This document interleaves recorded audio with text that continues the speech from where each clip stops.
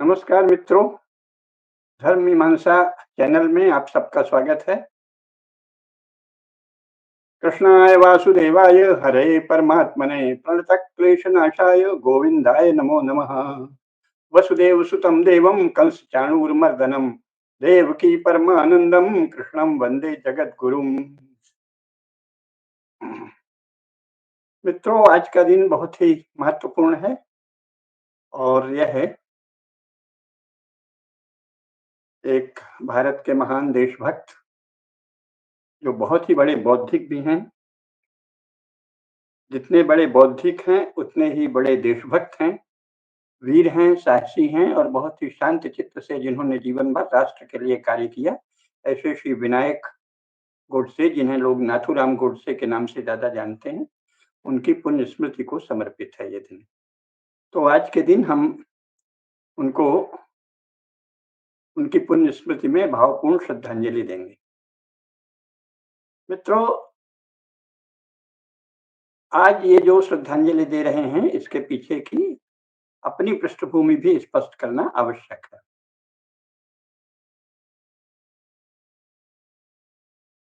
सन 1980 ईस्वी के आसपास मैंने एक बहुत महत्वपूर्ण अपनी समझ से पुस्तक लिखी थी, जिसका नाम है गांधी जी की विश्व दृष्टि। ये पुस्तक उस समय तक जब जितना मैं जानता था उसके अनुसार मैंने लिखी थी और इसको गांधी शांति प्रतिष्ठान में रहते हुए लिखा था। इसे सबसे पहले दिल्ली में मानक प्रकाशन ने और विचार प्रकाशन, इन दो प्रकाशनों ने इसको प्रकाशित किया था और इसका लोकार्पण तत्कालीन मानव संसाधन विकास मंत्री श्री अर्जुन सिंह जी के निवास पर हुआ था, जिसमें पंडित विद्यानिवास मिश्र और श्री वेद प्रताप वैदिक, जो उस समय पीटीआई के निदेशक थे भाषा के, वे दोनों उसके मुख्य वक्ता थे। और उसमें दोनों ने ही मेरी पुस्तक की बहुत प्रशंसा की थी और वेद प्रताप वैदिक जी ने तो वो अर्जुन सिंह जी के सामने ही बोलते हुए यहाँ तक कहा था कि पंकज जी ने जो एक छोटी पुस्तिका लिखी है आज की अपेक्षाएं, वो अद्वितीय महत्व की है।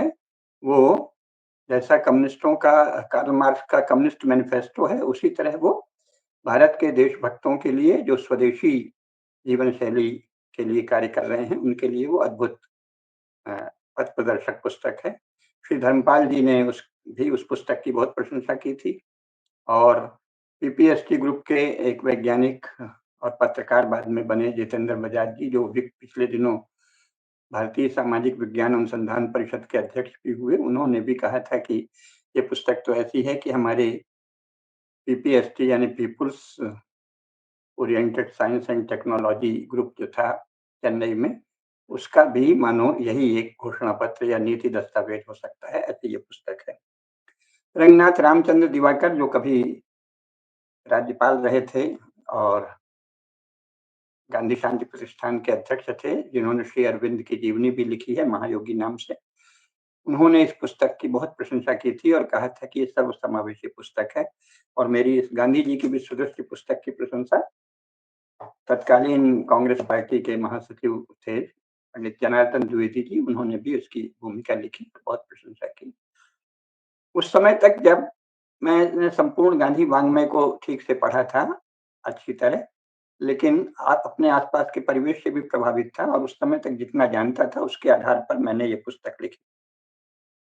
गांधी शांति प्रतिष्ठान में रहते हुए जिन बहुत ही श्रेष्ठ किस्म के लोगों से मेरा संपर्क हुआ, गांधी जी से जुड़े जो रहे थे, तो उनके कारण मुझे और गांधी वाङ्मय को पढ़ते हुए, गांधी वाङ्मय में बहुत से ऐसे प्रसंग थे जो कई बार मुझे अप्रिय लगते थे या मेरा ध्यान खींचते थे, परंतु संपूर्ण क्रांति आंदोलन से भी उसके पहले तक मैं पूरी तरह जुड़ा था। उसके बाद ही गांधी शांति प्रतिष्ठान के जो मंत्री थे राधाकृष्ण जी, उन्होंने मुझे वहाँ रखा था, तो जाहिर है कि मैं जयप्रकाश नारायण जी के विचारों से भी प्रभावित था, संपूर्ण क्रांति आंदोलन में भी था और पूरी तरह उस दृष्टिकोण के अनुसार मैंने पढ़ा, तो मुझे गांधी जी के केवल गुण ही गुण दिखे, तो इसलिए मैंने ये पुस्तक लिखी। संयोग की बात है कि उसके बाद मैं काशी में गांधी विद्या संस्थान में गया और वहाँ मैंने जब अपने को गांधीवादी कहने वाले लोगों को देखा, तो मैं पहली बार मुझे शंका हुई कि शायद या तो ये लोग गांधी को बिल्कुल नहीं मानते जानते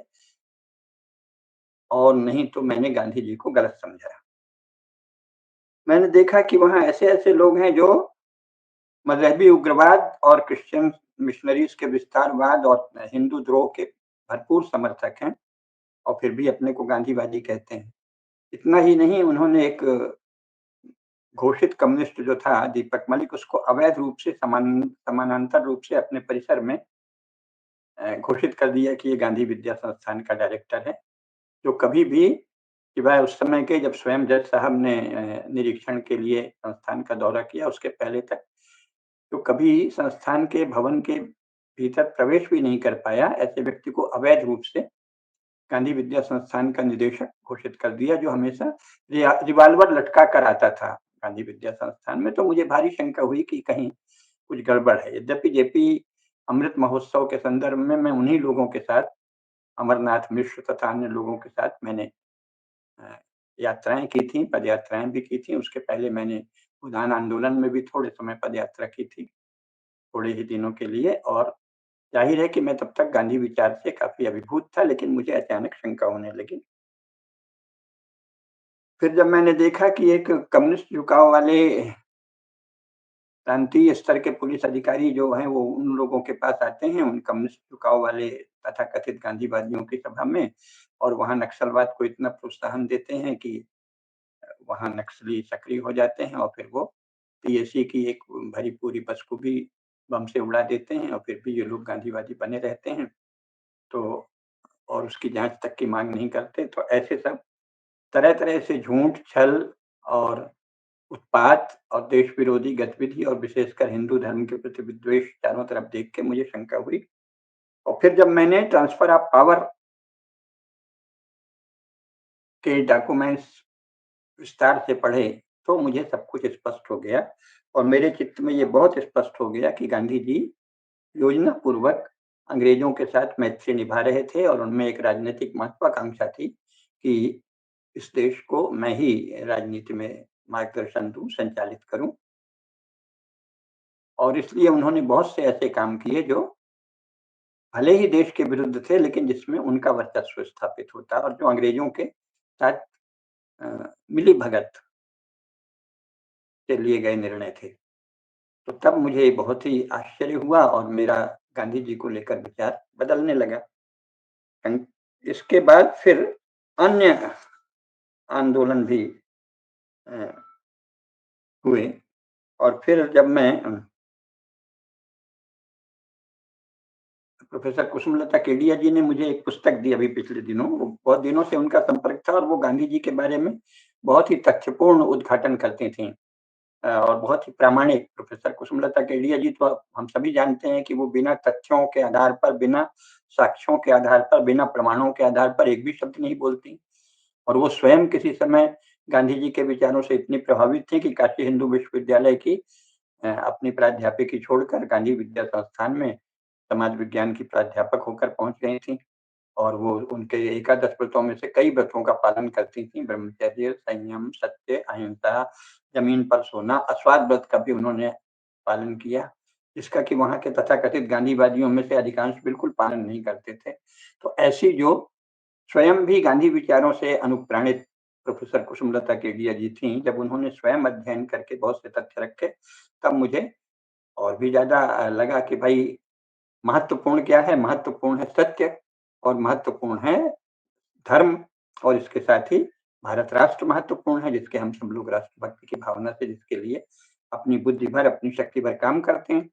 तो मुझे लगा कि सत्य को जानना चाहिए और तब से मैं उस दृष्टि से ट्रांसफर ऑफ पावर के डॉक्यूमेंट्स की दृष्टि से नेताजी सुभाष चंद्र बोस और सरदार वल्लभ भाई पटेल के साथ गांधी जी ने जो छलपूर्ण भेदभाव किया उसको देखते हुए और विभाजन में जिस तरह लाखों लोगों को मरवाया हिंदुओं को और लगातार हिंदुओं के विरुद्ध जिस तरह निर्णय लेते गए और अंग्रेजों के इशारे पर अचानक अ, भारत के एक बहुत बड़े हिस्से को पूर्व और पश्चिम में मजहबी उग्रवाद की शरण में धकेल दिया और ऊपर से यहाँ बहुत ही निर्लज्जता से गांधी और नेहरू सब अपने आप को सेकुलर कहते रहे।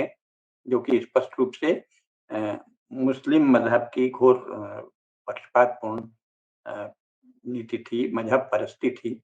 तो उससे और तथ्य स्पष्ट हुआ और फिर अभी केडिया जी ने प्रभात प्रकाशन से प्रकाशित ये पुस्तक दी, नाथूराम गोडसे जी की कि मैंने गांधी को क्यों मारा।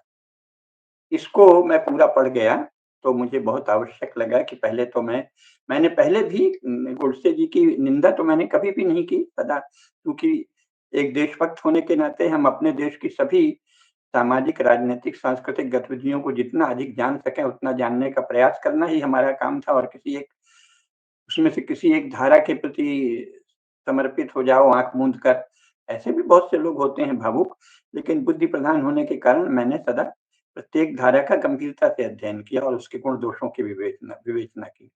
इसलिए राष्ट्रीय स्वयंसेवक संघ को भी मैंने जानने समझने का भीतर से प्रयास किया, हिंदू महासभा, आर्य समाज, इन सभी गतिविधियों को जाना, कम्युनिज़्म को भी पढ़ा, समाजवादी आंदोलन से तो शुरू में युवावस्था में मैं जुड़ा ही था, जयप्रकाश नारायण जी के संपूर्ण क्रांति आंदोलन में भी सक्रिय था। तो अपने समय की सभी महत्वपूर्ण राजनीतिक गतिविधियों का एक सहज रूप से अध्ययन और उनको निष्पक्ष रूप से प्रखर बौद्धिकता के साथ समझना, ये हमारा स्वधर्म और स्वभाव ही है। तो इसलिए मैंने गोडसे जी को कभी भी उनकी निंदा तो नहीं की, लेकिन ये ज़रूर कहा कि वो भावुक देशभक्त थे। लेकिन अब जब मैंने इस पुस्तक को पढ़ा, तब मुझे लगा कि सबसे पहले तो मैं अपनी इस बात के लिए क्षमा याचना करूँ कि उन्हें भावुक देशभक्त पर मैंने कहा, जिन्होंने शायद भावुकता के क्षण में गांधी जी की हत्या कर दी। तो मैं ये तो कहता था कि गांधी जी की हत्या भावना में की गई हत्या है, इसलिए उसका बहुत वितंडा नहीं मचाना चाहिए और ये कम्युनिस्ट जो उसका तमाशा मचाते हैं, वो धूर्त और बदमाश लोग हैं और वो स्वयं हिंसा और हत्या में दिन-रात लिप्त रहते हैं और एक घटना को इतना तूल दे रहे हैं कि गांधी हम शर्मिंदा हैं, तेरे कातिल जिंदा हैं, जबकि उन्होंने पता नहीं कितने लोगों का कत्ल किया है। तो उनके इस पाखंड और धर्मद्रोह, देशद्रोह, भारतद्रोह की निंदा करते हुए मैं गोडसे जी का पक्ष तो लेता था, लेकिन उनको भावुक देशभक्त कहता था। इस पुस्तक को पढ़ने पर मुझे स्पष्ट हुआ कि वो अ, श्री विनायक गोडसे, श्री नाथूराम विनायक गोडसे एक महान देशभक्त थे और उन्होंने जो कुछ भी किया वो बहुत ही उच्च स्तरीय बोध के साथ, समझ के साथ, एक-एक बात को सोच समझ कर किया और कभी भी वो किसी आकस्मिक आवेश में आकर उन्होंने ये नहीं किया है, बल्कि जो कुछ किया वो निरंतर समकालीन राजनीति का अध्ययन करते हुए किया और उन पर जो आरोप लगाए गए थे, जिनमें से कुछ की चर्चा अभी हम करेंगे पुस्तक में, तो वो सब आरोप किस प्रकार झूठे थे, ये स्वयं उन्होंने बहुत स्पष्टता से प्रमाणित कर दिया है एक-एक करके। और ये आरोप भी झूठा था कि वो वीर सावरकर के संकेत पर ऐसा कर रहे हैं। उन्होंने स्पष्ट लिखा कि ये मेरी बुद्धि का और मेरे चारित्रिक दृढ़ता का और मेरी स्वतंत्र निर्णय लेने की क्षमता का अपमान है कि मुझे ये कहा जाए कि मैं किसी के इशारे पर ये करता हूँ। मैं वीर सावरकर से वो प्रभावित अवश्य थे, लेकिन बाद में उनसे दूर हट गए थे। राष्ट्रीय स्वयंसेवक संघ से भी उनका इस कार्य के लिए जो संकल्प था और पुरुषार्थ था, योजना थी, उसका संघ से कोई संबंध नहीं था। वो संघ में कई वर्ष तक सक्रिय रहे थे, लेकिन संघ तो राजनीति के क्षेत्र में कभी था नहीं और इनको अपने विशाल अध्ययन के कारण, विश्व और राष्ट्र की राजनीति को समझने के कारण बहुत जल्दी समझ में आ गया था कि इस समय देश में जो महत्वपूर्ण घटनाएँ घट रही हैं, उसमें राजनीतिक घटनाओं का, राजनीतिक व्यक्तियों का, राजनीतिक व्यक्तित्वों का बहुत ही निर्णायक योगदान है।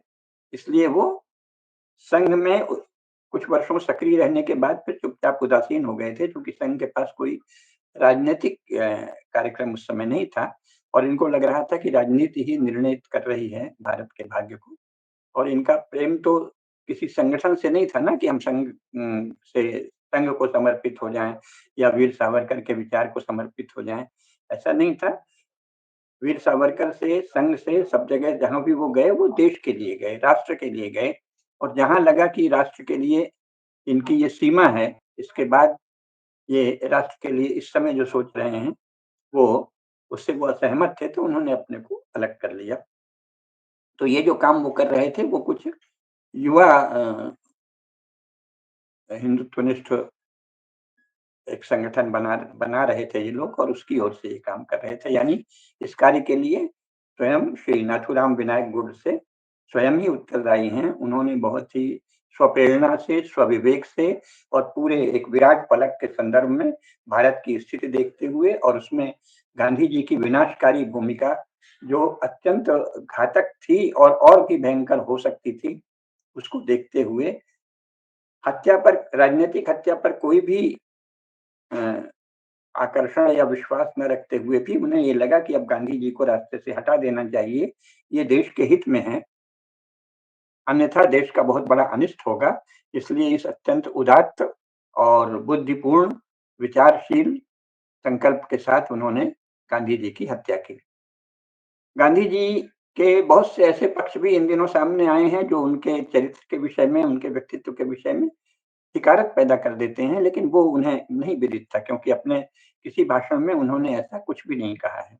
उनको ये नहीं पता था कि लड़कियों को लेकर और स्त्रियों को लेकर गांधी जी का आचरण अ, हीन कोटि का था और बहुत ही आपत्तिजनक था और उन्होंने पता नहीं कितनी तथाकथित आध्यात्मिक पत्नियाँ बना रखी थीं और उम, बच्चियों के साथ निर्वसन, नहाना, सोना आदि विचित्र-विचित्र प्रयोग जो कि दुराचारी व्यक्तियों के लक्षण माने जाते हैं, इनको भी किसी अपनी कुंठा के कारण वो करते थे। ये सब गोडसे जी को बिल्कुल नहीं पता था। उन और वो ज़्यादा इन व्यक्तिगत विस्तार में कभी गए भी नहीं। वो ये देखते थे कि देश के लिए गांधी जी क्या कर रहे हैं। देश के लिए गांधी जी ने कुछ अच्छे काम भी किए थे, ये स्वयं गोडसे जी ने कहा है, नाथूराम गोडसे ने। तो उसके लिए वो उन्होंने उनको जब वो मारने गए तो पहले हाथ जोड़कर प्रणाम किया, नमस्ते जो किया। नमस्ते का अर्थ यही था कि जो आपने शुभ कार्य किया है देश के लिए, उसके लिए मैं अभिवादन कर रहा हूँ। और फिर उनके साथ जो बच्ची थी, जो ज़्यादा ही निकट चल रही थी, तो उनको लगा कि कहीं मेरी गोली अगर ज़रा भी इधर-उधर हुई तो इस बच्ची को ना लग जाए, तो उन्होंने उसको झटके से अलग किया और फिर सीधे गांधी जी में उनके पास जो रिवॉल्वर था, वो कई राउंड चल सकता था, लेकिन उन्होंने एक ही राउंड चलाया जिसमें से 3 गोलियाँ निकली और वो गांधी जी को लगीं, तो गांधी जी गिर गए। अब गांधी जी गिर गए, छटपटाते रहे और लगभग 20 मिनट तक छटपटाने के बाद उनके मुँह से आह निकली, बहुत ही हल्की आह, जैसे किसी बहुत ही शिथिल हो चुके व्यक्ति के मुँह से निकलेगी। आह! बस, ये राम निकला, ये बहुत बाद में झूठा प्रचार हुआ है, ये तो सब प्रकार से प्रमाणित हो गया है। ये भी है कि उनके शरीर में 5 घाव पाए गए, तो उसमें से अ, एक रिपोर्ट ऐसा उस रिपोर्ट को दबा दिया गया है, प्राप्त करने की कोशिश करनी चाहिए क्योंकि ऐसा कहा जाता है कि एक चौथी गोली भी लगी जो कि नाथूराम जी के रिवॉल्वर वाली नहीं थी, तो वो गोली किसकी थी? इसकी जाँच होनी चाहिए। राष्ट्रीय स्वयंसेवक संघ के अभी से पहले वाले सरसंघ चालक को पंडित सीतारामैया सुदर्शन जी भी ये कहते थे कि इसका उन्होंने केडिया जी से और हमसे ये कहा था कि इस पर हो सके तो आप लोग तथ्यों की छानबीन करिए कि वो गोली जो चौथी गोली लगी जो उनकी निर्णायक गोली है, उनकी मृत्यु का कारण बनने वाली जो निर्णायक कारण बनने वाली गोली है, वो किस व्यक्ति ने चलाई और एक अनुमान ये है हमारा, हमने जितना अध्ययन किया है कि उस समय चूँकि एक अमेरिकी उपराजदूत भी उपस्थित था, तो उसमें हो सकता है कि अ, संयुक्त राज्य अमेरिका की किसी खुफिया पुलिस का या खुफिया एजेंसियों का भी हाथ हो, सीआईए का भी, क्योंकि उसने नाटक किया कि हमने ही गांधी के हत्यारे को पकड़ा है, जो झूठ था लेकिन अमेरिका के और इंग्लैंड के और यूरोप के अखबारों में प्रकाशित हुआ कि अमेरिकी उपराजदूत इतना पराक्रमी है, पुरुषार्थी है, उसने गांधी के हत्यारे को पकड़ लिया, बाकी सब डर गए थे, झूठा छापा। तो इस झूठ को छापने पर और उस दिन उपस्थित रहने पर और इतना सजग रहने पर और फिर उसका प्रचार करने पर कि मैंने गोडसे नाथूराम को पकड़ा, ये सिद्ध होता है कि इसमें कहीं न कहीं अमेरिकी गुप्तचर एजेंसी की निर्णायक भूमिका थी और वो चौथी गोली उनकी ही थी। इसलिए प्रोफ़ेसर कुसुमलता केडिया जी ने कई बार प्रश्न उठाया भी है कि गांधी की वास्तविक हत्या तो नाथूराम ने नहीं की। जो भी हो, नाथूराम ने स्वीकार कर लिया कि मैं हत्या करने आया था और कहा गया जबकि रिपोर्ट में तो आया है कि तुम्हारी गोली से हत्या नहीं हुई है, तो उन्होंने कहा कि इससे कोई मतलब नहीं, मैं हत्या करने आया था और मैं इस निर्णय के विरुद्ध कोई अपील नहीं करूँगा। हत्या से मेरा जो मनोरथ था, मेरी जो योजना थी वो सफल हो गई और मैं इस पर अधिक सोचना नहीं चाहता। तो इस प्रकार उन्होंने अपने को गांधी हत्या के लिए जिम्मेदार मान लिया और उस प्रसंग को वहीं समाप्त कर दिया। अब इसमें जो सबसे महत्वपूर्ण बातें हैं, वो जानना चाहिए। तो इसमें उन्होंने सबसे पहले तो जो उनके ऊपर आरोप लगाए गए थे, उनका बड़े विस्तार से ब्यौरेवार खंडन किया है। इसलिए ये पुस्तक बहुत महत्वपूर्ण है और जो लोग भी थोड़ा भी इतिहास के बारे में, सत्य के विषय में और इस विषय में चूँकि बड़ा हल्ला हुआ है, इस विषय का सत्य जानने में रुचि रखते हैं, उनको ये अवश्य पढ़ना चाहिए। पहले तो घटनाओं का विवरण है और फिर अ, पेज 25 से भाग 1 पेज 25 से चार्जशीट या आरोप पत्र का उत्तर क्रमवार दिया है। यानी इतने बड़े बौद्धिक थे, इतनी शांत चित्त से घटनाओं को देखना, विश्लेषण करना, इतनी अच्छी स्मरण शक्ति, इतनी प्रखर बुद्धि और इतना शांत चित्त कि अपने ऊपर लगे आरोपों का श्री नाथूराम विनायक गोडसे ने स्वयं उत्तर दिया। और उन्होंने एक-एक करके बताया कि किस प्रकार ये जो आरोप लगे हैं, सरकार ने जो बड़गे को सरकारी मुखबिर बनाया था, वो किस प्रकार अंट-शंट झूठ बोल रहा था, ये बहुत अच्छे से उन्होंने उद्घाटित कर दिया।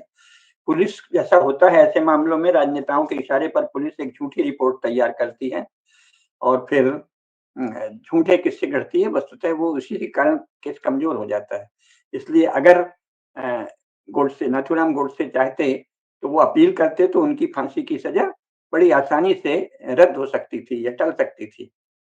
क्योंकि चाहे जितना षड्यंत्र नेहरू सरकार ने किया हो, लेकिन चूँकि वास्तविक प्रमाण पर्याप्त नहीं थे और जो आरोप लगाए थे, वो हड़बड़ी में झूठे आरोप लगाए गए थे, तो कानूनी बारीकियों, पेचीदगियों के कारण नाथूराम विनायक गोडसे बड़ी आसानी से बच सकते थे, लेकिन वो महावीर थे, पराक्रमी थे, पुरुषार्थी थे, देशभक्त थे। उन्होंने गोली मारने के बाद भी उन्होंने स्वयं लिखा है कि मुझे शंका थी कि या तो लोग कह देंगे कि ये पागल व्यक्ति है, या कहेंगे कि अचानक आवेग में इसने किया है, या मानसिक रूप से असंतुलित है, या अगर मैंने गोली बंदूक नीचे कर दी तो कहेंगे कि ये कायर था और डर के मारे फेंक दिया जिससे हत्या का आरोप नहीं लगे, या भागने की कोशिश कर रहा था, आदि झूठे आरोप लगाए जाएँगे।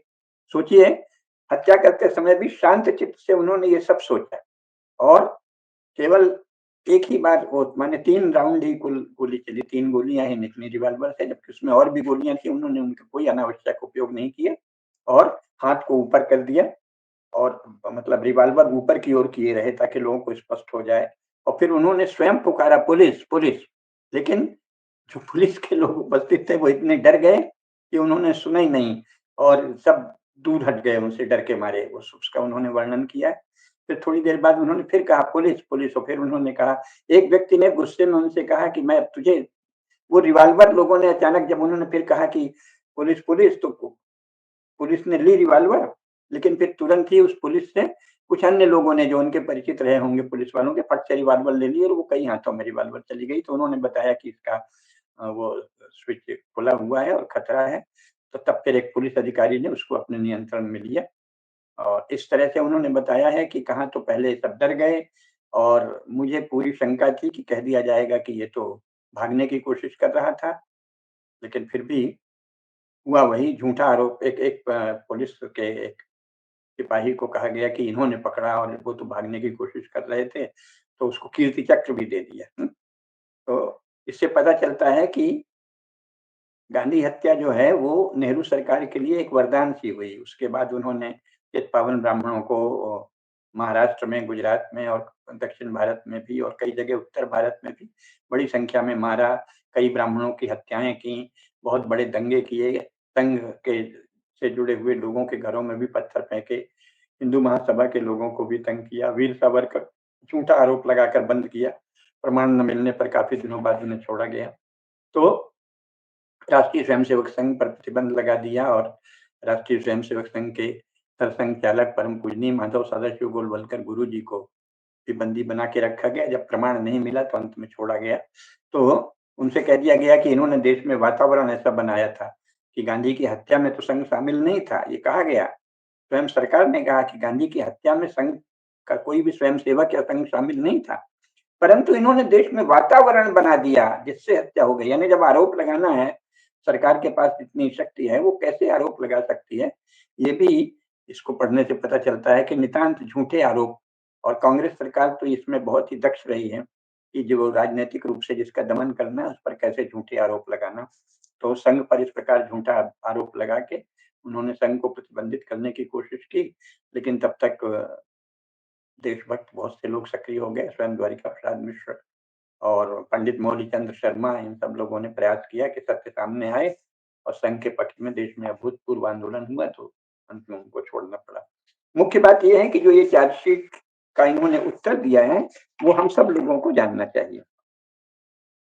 सबसे पहले तो गांधी चरित्र का विश्लेषण इस पुस्तक में किया गया है, वो ज़रूर देखना चाहिए। उनका कहना था कि गांधी जी के जीवन के 3 चरण हैं। एक तो 1915 में जब वो आए हैं, तो 1915 से 1939-40 तक का चरण है, जिसमें उन्होंने कुछ अच्छे काम करने के प्रयास किए, भारत में ख्याति पाने की कोशिश की। इसके बाद 1939-40 से 3 जून 1947 तक उन्होंने लगभग अंग्रेजों की चालों का समर्थन करने का परोक्ष रूप से कार्य किया और पाकिस्तान के 3 जून 1947 को पाकिस्तान बनने के विषय में जो निर्णय लिया गया, उसके लिए गांधी जी पूरी तरह सहभागी हैं, सहयोगी हैं, जिम्मेदार हैं। और तीसरा चरण है कि 3 जून 1947 के बाद अंतिम दिन तक जो उन्होंने लगातार हिंदुओं के विरुद्ध कोशिश की और करोड़ों हिंदुओं को का दमन करवाया, लाखों हिंदुओं की हत्या होने दी, उस सब हत्या के लिए और उत्पीड़न के लिए, हिंदुओं की दुर्दशा के लिए गांधी जी जिम्मेदार हैं। ये सत्य भी है, क्योंकि जैसा पतंजलि योग सूत्र में कहा गया है कि हिंसा आदि जो हैं वो कृतकारित और अनुमोदित होते हैं। वितर्का हिंसादया कृतकारिता अनुमोदिता लोभ क्रोध मोह पूर्व का मधु मध्यादि मात्रा। तो गांधी जी ने स्वयं तो हिंसा नहीं की, लेकिन कारित यानी हिंसा कराई और उसका अनुमोदन किया। और ये लोभ मोह के पूर्वक किया। लोभ था कि हमारे लोगों को, हमारे शिष्यों को, यानी प्रकारांतर से परोक्ष रूप से स्वयं हमें सत्ता मिले। मोह ये था कि मेरा नाम हो, कि मैं तो बड़ा अद्भुत देश का एकमात्र नेता हूँ। और बहुत ही तीव्र हिंसा कराई है। तो लोभ और मोह पूर्वक तीव्र हिंसा कराने और तीव्र हिंसा का अनुमोदन कराने के दोषी गांधी जी हैं, और इसलिए पतंजलि योग सूत्र के अनुसार वो पूरी तरह हिंसक व्यक्ति ठहरते हैं। तो इन्होंने भी उसका विश्लेषण किया है और ये बताया है कि किस प्रकार गांधी जी ने लगातार भारतवर्ष के साथ छल किया। उन्होंने एक जो महत्वपूर्ण बात इन्होंने कही है, वो सबसे महत्वपूर्ण है, वो ये है पृष्ठ 54 पर, कि वो कहते हैं कि भाई ये जो गांधी जी हैं, इन्होंने तो भारत के 5 करोड़ मुसलमान, जो उस समय तक भारत का अभिन्न अंग थे, और अगर सही ढंग से शासन चलता और समान रूप से सबका शासन किया जाता, जो गलत काम करे, हिंसा आगजनी आदि, उसको वैसे दंडित करो जैसे हिंदू हो चाहे मुसलमान।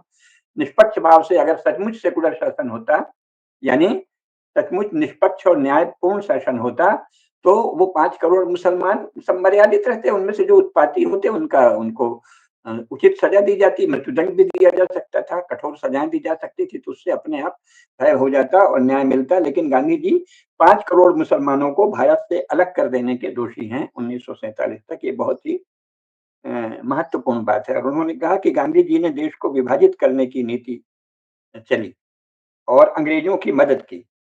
अंग्रेज चाहते थे कि भारत विभाजित हो, ताकि उसका बहुत बड़ा हिस्सा उनके कंट्रोल में रहे, ताकि वो वहां से सोवियत संघ पर या अपने जो भी प्रतिस्पर्धी देश हैं, चीन आदि पर भी नियंत्रण रख सकें।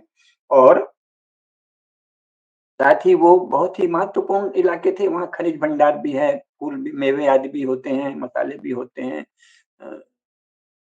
और सेंधा नमक वगैरह का भी क्षेत्र है। तो ये खनिज भंडारों और मूल्यवान फलों, मेवों आदि के उत्पादन का सबसे बड़ा क्षेत्र, जो कि एक रणनीतिक दृष्टि से भी महत्वपूर्ण है, उसको, उस पर अंग्रेज अपना नियंत्रण चाहते थे, क्योंकि वो भारत की शक्ति से घबराते थे। 2-2 महायुद्धों में भारतीय सैनिकों की शक्ति वो देख चुके थे, तो उससे घबराकर वो भारत का विभाजन करना चाहते थे, ताकि ये भारत थोड़ा कमजोर रहे और आपस में एक शत्रु, भारत के भीतर ही 2-2 शत्रु राज्य उन्होंने बना दिए, जिससे कि भारत उन्हीं से लड़ने में लगा रहे, तो इसकी असली शक्ति नहीं उभरे।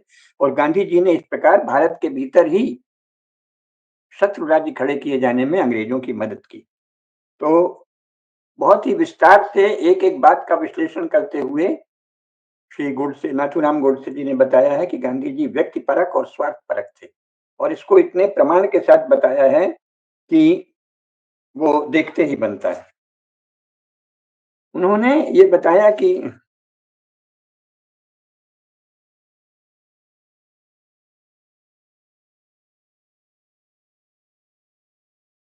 जहाँ जबकि उन्होंने इस बीच वीर सावरकर का सुझाव भी बताया है। वीर सावरकर का कहना था कि भाई कुछ भी हो, अब तो सरकार, जो कि वीर सावरकर ने अपने सार्वजनिक वक्तव्य में भी कहा था कि अब राष्ट्रीय सरकार बन रही है, तो जैसा भी हो, ये किसी दल की सरकार न मान के इसको राष्ट्रीय सरकार मानना चाहिए और इसके कानूनों का सम्मान करना चाहिए, कानूनों का पालन किया जाना चाहिए और संपूर्ण समर्थन केवल नवजात स्वतंत्र भारत के प्रति ही होना चाहिए। ये उनका कहना था। लेकिन पाकिस्तान बन गया था और इसलिए नाथूराम विनायक गोडसे जी को वीर सावरकर की इतनी उदारता पसंद नहीं आई। उन्होंने कहा कि भाई ये तो ठीक है, आप सिद्धांत रूप में आपकी बात ठीक है, लेकिन व्यवहार में क्या हो रहा है इसको देखना चाहिए। तो इससे भी पता चलता है कि ये पूर्ण स्वतंत्र व्यक्ति थे। इन्होंने बहुत अच्छे से अपना भी विश्लेषण किया है कि चूंकि मेरा पृष्ठ 33 पर ये लिखते हैं कि मेरा जन्म एक धर्मनिष्ठ ब्राह्मण परिवार में हुआ और हिंदू धर्म, उसके इतिहास और उसकी संस्कृति को मैंने सहज रूप से अपनाया।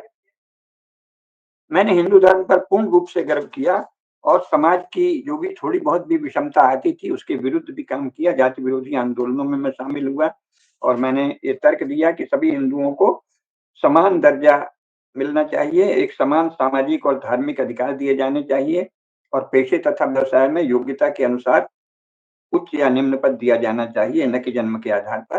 तो स्पष्ट रूप से ये अत्यंत प्रबुद्ध, अत्यंत निष्पक्ष, अत्यंत निर्भीक राष्ट्रभक्त थे। ये समझना चाहिए, कोई भावुक व्यक्ति नहीं थे। और जो उन्होंने कहा कि जो मुझ पे आरोप लगाया जाता है कि वीर सावरकर के संकेत पर किया, ये मेरी बुद्धि का अपमान है, मेरे पुरुषार्थ का अपमान है। और ये जो कहा जाता है कि इन्होंने वहां से बंदूक प्राप्त की, झूठा आरोप लगाया गया डॉक्टर परचुरे पर, अन्य बहुत से लोगों पर, उसका भी उन्होंने प्रमाण के साथ खंडन किया कि ये तो मेरे पास बाकायदे स्वचालित पिस्तौल संख्या का नंबर भी दिया है, 606824। ये और उसके कारतूस ये मेरे पास थे और मेरे पास जो हथियार था उसका न तो नारायण आप्टे और ना ही विष्णु करकरे से कोई लेना देना था, न मैंने डॉक्टर परचुरे से कोई प्राप्त किया था। इस तरह, और जो वो एक अग्रणी नाम का पत्र चलाते थे जिसका बाद में नाम हिंदू राष्ट्र हुआ, उसमें वो सदा ही गांधी जी के द्वारा शांति के नाम पर, अहिंसा के नाम पर जो हिंदुओं को दबाने और मुसलमानों का अनुचित पक्ष लेने का काम किया जाता था, उसकी वो सदा ही निंदा करते थे। तो इसलिए ऐसा नहीं है कि अचानक उनको कोई गुस्सा आ गया विभाजन से, बल्कि वो देख रहे थे। उन्होंने लिखा भी है कि भाई ऐसी अहिंसा के नाम पर ऐसी बात करना जो कि हिंदुओं को मुसलमानों के अत्याचार के सम्मुख कमजोर बनाए, सहनशील बनाए, ये घातक है और आगे चल के इसके भीषण परिणाम निकलेंगे। तो उन्होंने ये देख लिया था कि गांधी जी की जो दिशा है वो केवल आज हिंदुओं के लिए हानिकर नहीं है, बल्कि भविष्य में भी हिंदुओं के लिए बहुत हानिकर होने वाली है। इसलिए उन्होंने संकल्प पूर्वक उसका विरोध किया और लगातार एक श्रेष्ठ संपादक के रूप में, एक श्रेष्ठ राष्ट्रीय कार्यकर्ता के रूप में उन्होंने गांधी जी की नीतियों का तर्कपूर्ण, बुद्धिसम्मत, तथ्यपूर्ण विस्तार के साथ निरंतर खंडन किया। इससे पता चलता है कि वो कितने व्यवस्थित बौद्धिक थे। और जब आप इनको पढ़ते हैं, नाथूराम विनायक गोडसे को, तो लगता है कि गांधी जी वस्तुतः वैचारिक रूप से अराजक और परस्पर विरोधी विचारों का एक ढेर थे। इसका अर्थ है कि वो राजनैतिक महत्वाकांक्षा के चलते अपने सिद्धांतों से आए दिन समझौता कर लेते थे। इसके इन्होंने बहुत से प्रमाण दिए। उन्होंने ये भी कहा है कि एक एक जो बहुत सुंदर तर्क दिया है, जिसको आजकल तो हिंदू नेता और जो हिंदुत्व के लिए कार्यरत लोग हैं वो बहुत कम देते हैं। उन्होंने कहा भाई, विश्व की मानवता का एक पंचम भाग हिंदू हैं, एक पांचवा। अगर 5 अरब लोग हैं तो कम से कम 1 अरब हिंदू हैं। अब तो पंचम भाग से भी अधिक हिंदू हो गए हैं संपूर्ण विश्व में। तो विश्व की मानवता का पंचमांश जो हिंदू हैं, उन हिंदुओं के पक्ष में उनको अधिक उदात्त, अधिक श्रेष्ठ, अधिक धर्मनिष्ठ, अधिक सदाचार परायण, अधिक तेजस्वी, अधिक समृद्ध दिखाने के लिए, बनाने के लिए, उसके लिए कार्य करना मानवतावादी कार्य भी है। उन्होंने कहा कि एक देशभक्त के रूप में और एक मानवतावादी रूप में भी मुझे हिंदू समाज के लिए कार्य करने का गर्व है। मानव जाति के 5वें हिस्से का कल्याण करने के समान है मेरा कार्य और इसलिए मैं मानवतावादी भी हूँ। फिर उन्होंने बताया है कि वीर सावरकर के प्रति वो कैसे आकर्षित हुए। उन्होंने कहा है कि उनके चुंबकीय व्यक्तित्व और उनका प्रचार-प्रसार का तरीका जो है, उसके कारण हिंदू संघ आंदोलन में अभूतपूर्व करिश्माई नेतृत्व का प्रभाव पड़ा। वो हिंदू नायक के रूप में वीर सावरकर हिंदू उद्धारक, सक्षम रक्षक के रूप में आए और हिंदू धर्म के निष्ठावान सेवक थे वीर सावरकर, इसलिए ये लोग सावरकर से जुड़े। और हिंदुओं के उद्धार के लिए जो अनेक प्रयास किए, हिंदुओं के दोष दूर करने के लिए वीर सावरकर ने, उसमें ये पूरी तरह सहभागी रहे। दैनिक अग्रणी पत्र जो बाद में हिंदू राष्ट्र भी बना, हिंदू राष्ट्र नाम से चला, उसके लिए इन्होंने कार्य किया। और ये भी बताया है कि अग्रणी पत्र को चलाने के लिए वीर सावरकर ने 15,000 रुपए उस समय दिए थे, जो कि बहुत बड़ी बात है ना, 15,000 रुपए। और दूसरा इन्होंने बताया कि वो कंपनी कैसे चलनी चाहिए। उन्होंने बताया कि ये जो कंपनी है, ये एक सीमित देयता कंपनी के रूप में पंजीकृत किया जाए, ये भी वीर सावरकर ने ही कहा था और इन्होंने उसी का किया। और 5-500 रुपए के बॉन्ड बेचकर फिर उसको किया। बहुत कैसे चलाया है उसका उन्होंने बताया है। सेठ गुलाबचंद, श्री सिंगरे और भोर के मंत्री और श्रीमान भालजी पेंढारकर, कोल्हापुर के भी एक फिल्म निर्माता, आदि बड़े-बड़े लोगों ने अग्रणी पत्र को चलाने में काम किया। और आप्टे और विनायक गोडसे, नाथूराम गोडसे इस कंपनी के सीईओ थे। और अखबार में जो राजनीतिक समाचार हैं, उसके संपादक यानी एक तरह से राजनीतिक संपादक नाथूराम गोडसे ही थे। और कई वर्षों तक हमने कड़े संवैधानिक दिशा निर्देशों के तहत अखबार चलाया। उस समय जो अंग्रेजों के संवैधानिक निर्देश थे, जाहिर है कि वो कितने कड़े थे, उसका पालन किया, जिससे पता चलता है कि कितनी अधिक बुद्धि रही होगी कि राष्ट्र का कार्य भी कर रहे हैं, राष्ट्र की भक्ति के कार्य कर रहे हैं और अंग्रेजों के बनाए संवैधानिक निर्देशों की मर्यादा में चल रहे हैं, जिससे कि कार्य दीर्घकाल तक चले, लंबे समय तक चले। फिर इन्होंने ये भी बताया कि वीर सावरकर से हमारी भेंट बहुत कम ही हो पाती थी बाद में। वीर सावरकर और स्वतः 1945 के बाद वीर सावरकर अचानक अस्वस्थ हो गए थे, तो वो बहुत कम लोगों से मिलते थे। और ये घटनाएँ तो बाद की हैं, 46-47 की। तो इसलिए उन्होंने बता दिया है कि 3 वर्ष पहले ही वीर सावरकर अचानक अस्वस्थ हो गए थे और उनका वो बिस्तर पकड़ लिया था उन्होंने, इसलिए फिर उनको हम लोग तंग नहीं करते थे। और डॉक्टर मुखर्जी जो हैं, डॉक्टर मुखर्जी को जब जवाहरलाल नेहरू के मंत्रिमंडल में शामिल होने का आमंत्रण मिला, तो वो हिंदू महासभा के अध्यक्ष थे, लेकिन वीर सावरकर से उन्होंने सलाह ली, क्योंकि वीर सावरकर तो वर्षों तक हिंदू महासभा के मार्गदर्शक अध्यक्ष रहे हैं। तो उन्होंने कहा कि नहीं, इस समय जो है हमको इसे राष्ट्रीय सरकार मान के सबको इसमें सहयोग करना चाहिए। तो हिंदू महासभा के अग्रणी नेता डॉक्टर श्यामा प्रसाद मुखर्जी कांग्रेस के नेतृत्व वाले राष्ट्रीय दल के राष्ट्रीय शासन में मंत्री के रूप में शामिल हों, इसका वीर सावरकर ने समर्थन किया। यद्यपि नाथूराम गोडसे को ये पसंद नहीं आया। उन्होंने कहा कि ये तो हमको लगता है कि अब कुछ ज़्यादा ही उदार हो गए हैं कांग्रेस के प्रति और राष्ट्रीयता की जो प्रचंड भावना है। आपको ध्यान होगा वीर सावरकर की बड़ी प्रसिद्ध कविता है, स्वतंत्र थे भगवती।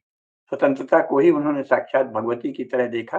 तो उसकी भावना में आकर उन्होंने सोचा कि जो नया शासन आया है, भले वो उसमें बहुत ही लीचड़ किस्म के और अंग्रेजों के पिट्ठू किस्म के लोगों ने अंग्रेजों की कृपा से सत्ता प्राप्त की है, लेकिन भारतीय हैं, हिंदू हैं, अगर वातावरण बनेगा हिंदुत्व के पक्ष में, तो इनको झुकाया जा सकेगा। इसलिए उन्होंने कहा सबको इसमें जाना चाहिए। तो डॉक्टर श्यामा प्रसाद मुखर्जी को शामिल होने का कहा। लेकिन इन्होंने जो गांधी जी की हरकतें देखी, उससे इनको बहुत हुआ है, क्योंकि ये अब सुहरावर्दी दंगा कर रहा था, डायरेक्ट एक्शन में हिंदुओं को मार रहा था, बंगाल में मरवाया, नोवाखली में हत्या की, लाखों माने 30,000 महिलाओं का तो वहीं का रिकॉर्ड है, उनके साथ बलात्कार किया गया, 3 लाख से अधिक हिंदू हताहत हुए, कुछ मारे गए और बाकी बहुत बुरी तरह घायल हुए। और इन सब में गांधी जी जो हैं, वो अ, मुसलमानों का ही पक्ष लेते रहे और उनको शहीद सुहरावर्दी जो इस डायरेक्ट एक्शन के लिए जिम्मेदार था, उसको वो शहीद कहते रहे। हुँ? अच्छा, इन्होंने इनका ये भी कहना है, नाथूराम गोडसे देखिए कितने उदात्त बौद्धिक थे कि उन्होंने कहा कि भाई ठीक है, अगर प्रार्थना सभा में गांधी जी इस्लाम और ईसाइयत को धर्म मानकर कुरान और बाइबिल के अंशों का भी पाठ करते हैं, गीता के साथ, तो मुझे कोई आपत्ति नहीं है। लेकिन फिर वो मुसलमानों और ईसाइयों के लिए भी वही कसौटियाँ लागू करें जो हिंदुओं के लिए करते हैं।